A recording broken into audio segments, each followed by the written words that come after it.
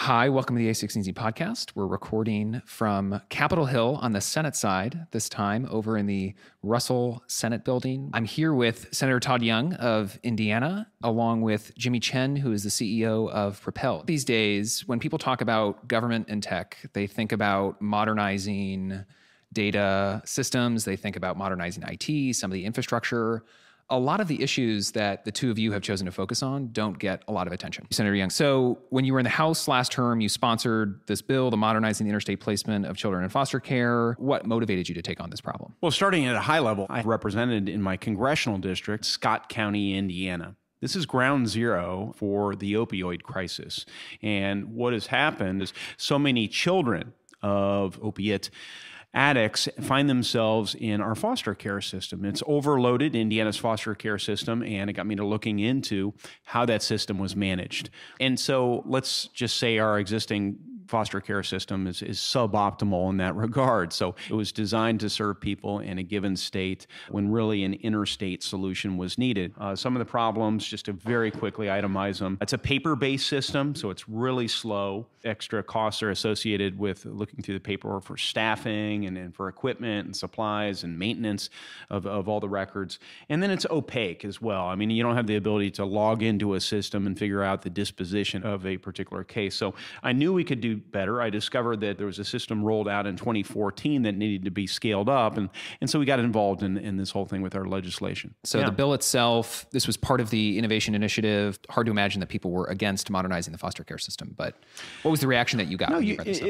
It almost always in today's environment takes a bit of persuasion to tell people to spend money, right? You need to identify a serious need. Here we've got an incredible need that is impacting so much of our country.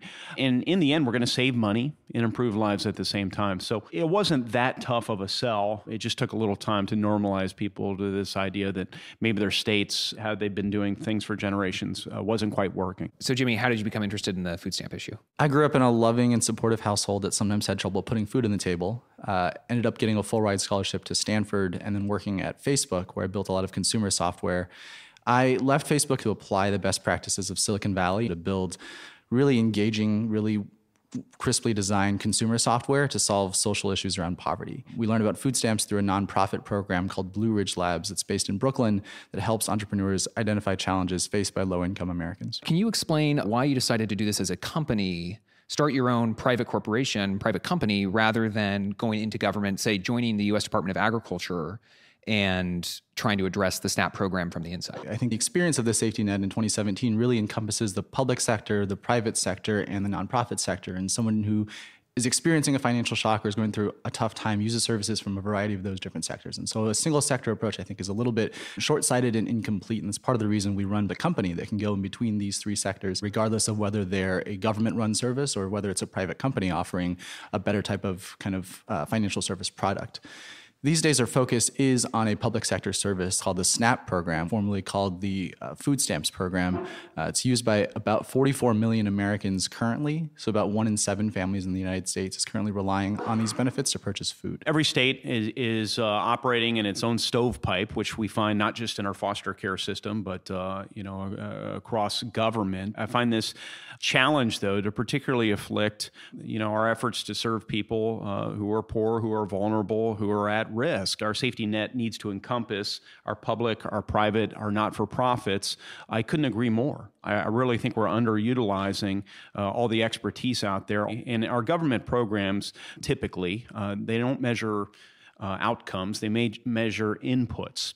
If we're able to tear down walls between organizations and programs and connect the data dots about particular outcomes, then suddenly we're able to get a holistic picture of the needs of a particular individual, of the outcomes of populations. Then we can iteratively improve government programs, not-for-profit programs, and private programs. So to the extent we can define outcomes and identify how much money we're really spending by either addressing a challenge or immediately for prevention purposes or addressing it later on. That gives us a much clearer picture about what sort of interesting partnerships can be brought to bear to treat individuals who need help. Well, it's really interesting because that sort of gets back to this age-old debate about whether it's better to be an innovator inside of government or outside of government. And what sounds like both of you guys are saying is that those are not mutually exclusive. The sphere of the public sector means that we shouldn't try as a private sector company to do better for our users, I think is the wrong approach. We think about ourselves a little bit like how TurboTax works for the tax process, and that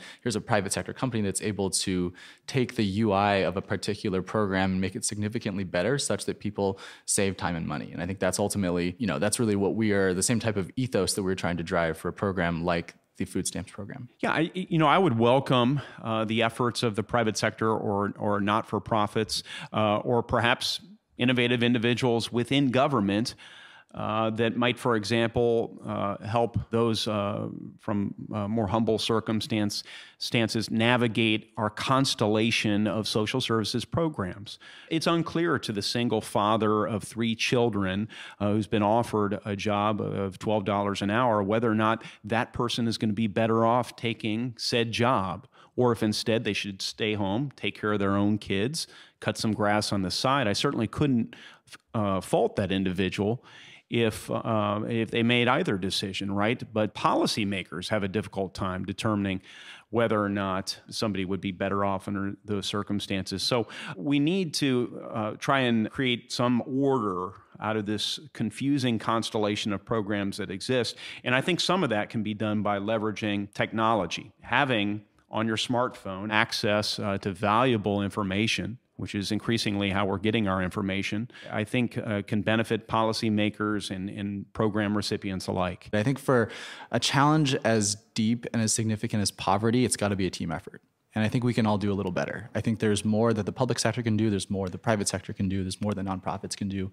What we are trying to build is one of a multitude of efforts that are really trying to address this very complicated and very deep problem. Currently, you would have to call a 1-800 number to get you the balance of your EBT card? Yeah, that's right. In the late 90s, the food stamp program transitioned from actual paper stamps onto a debit card called the EBT card. That is how food stamp benefits are now distributed to these 44 million Americans across the country.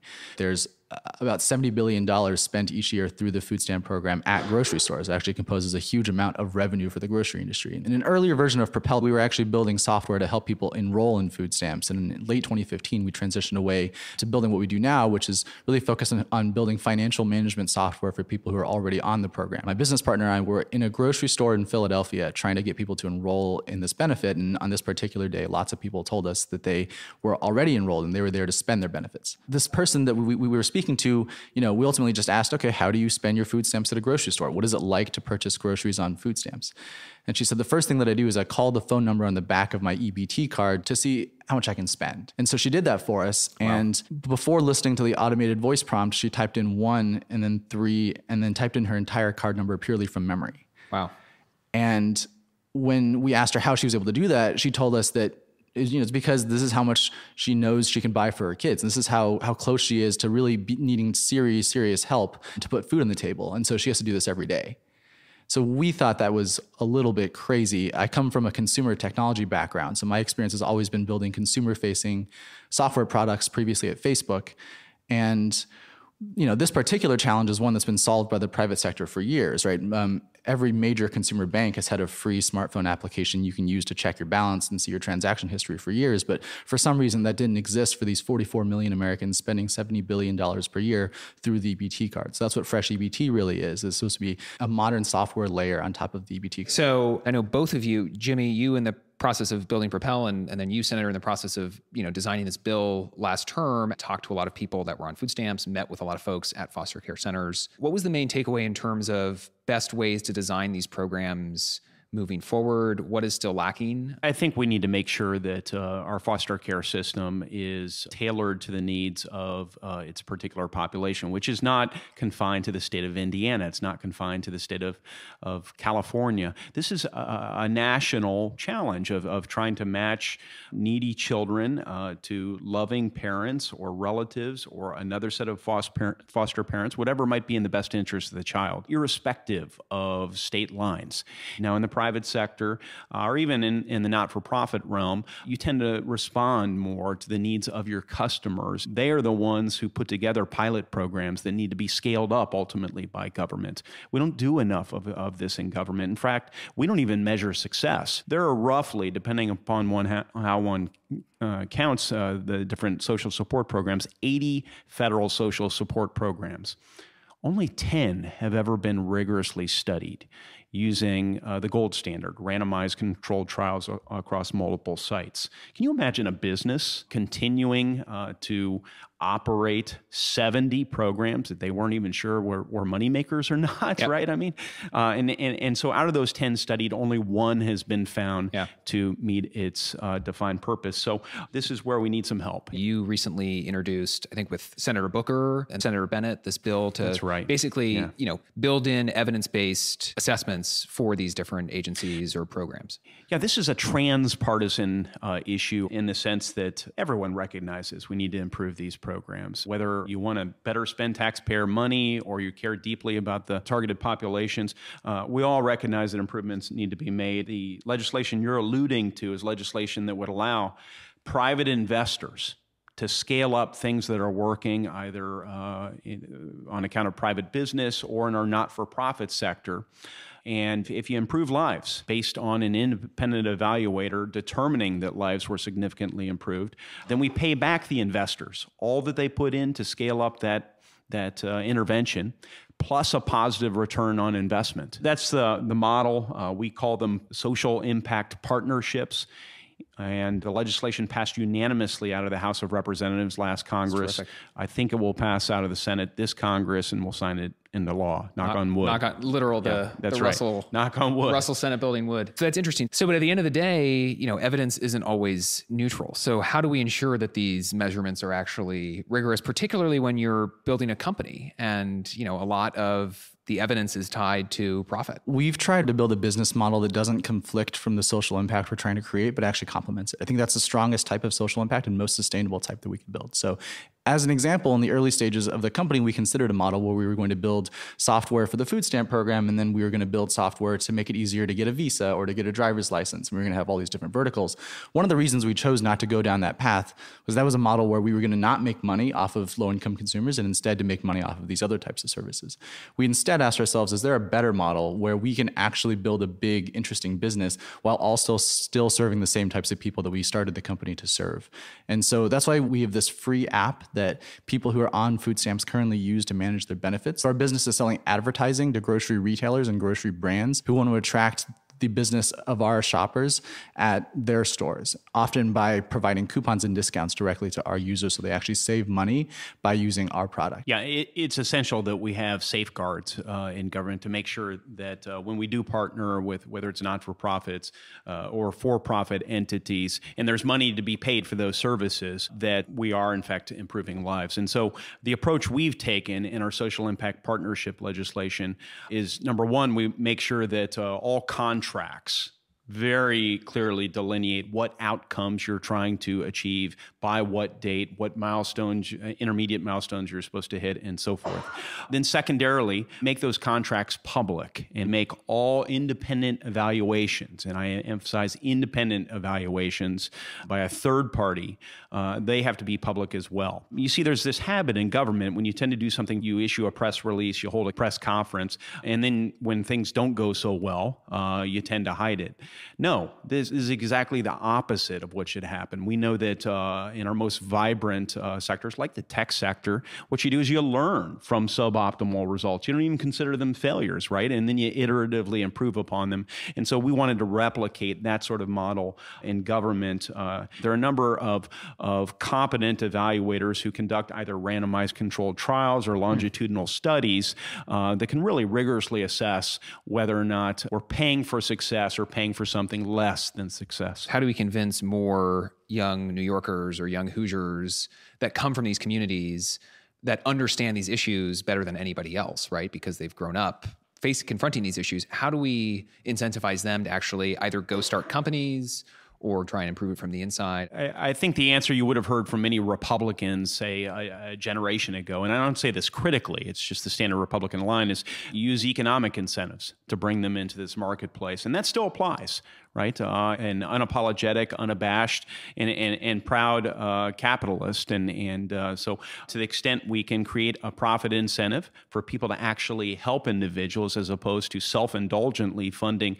70-plus federal government programs, where we have some sense that perhaps on the margin some of these programs help, but we really don't have much clarity on that. I prefer not to think in terms of programs, but instead of treating individuals holistically. If we're modernizing our social support system, people want to be part of meaningful work. They want to be part of a cause greater than themselves. That's something I learned in the Marine Corps, right? It's about leadership and motivation. What was the moment when you realized I can actually take the kind of technical training that I have and the perspective that I bring from my own upbringing and actually turn that into a company? Yeah, so a couple of things. The first is we spend all of our time talking to people who are recipients of the SNAP program and of food stamps in the United States. And what we hear time and again is that the benefit is extremely critical to being able to put food on the table. And so for our users and the people that we work with, it's very clear to us that this public benefit is a really critical part of the safety net,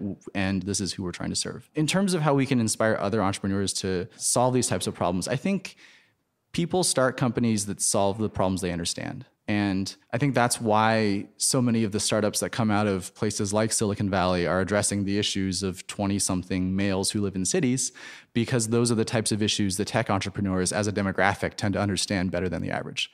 There are 45 million Americans who are currently on food stamps. There are probably not a lot of them starting software companies. And so who's going to build the software that meets their needs?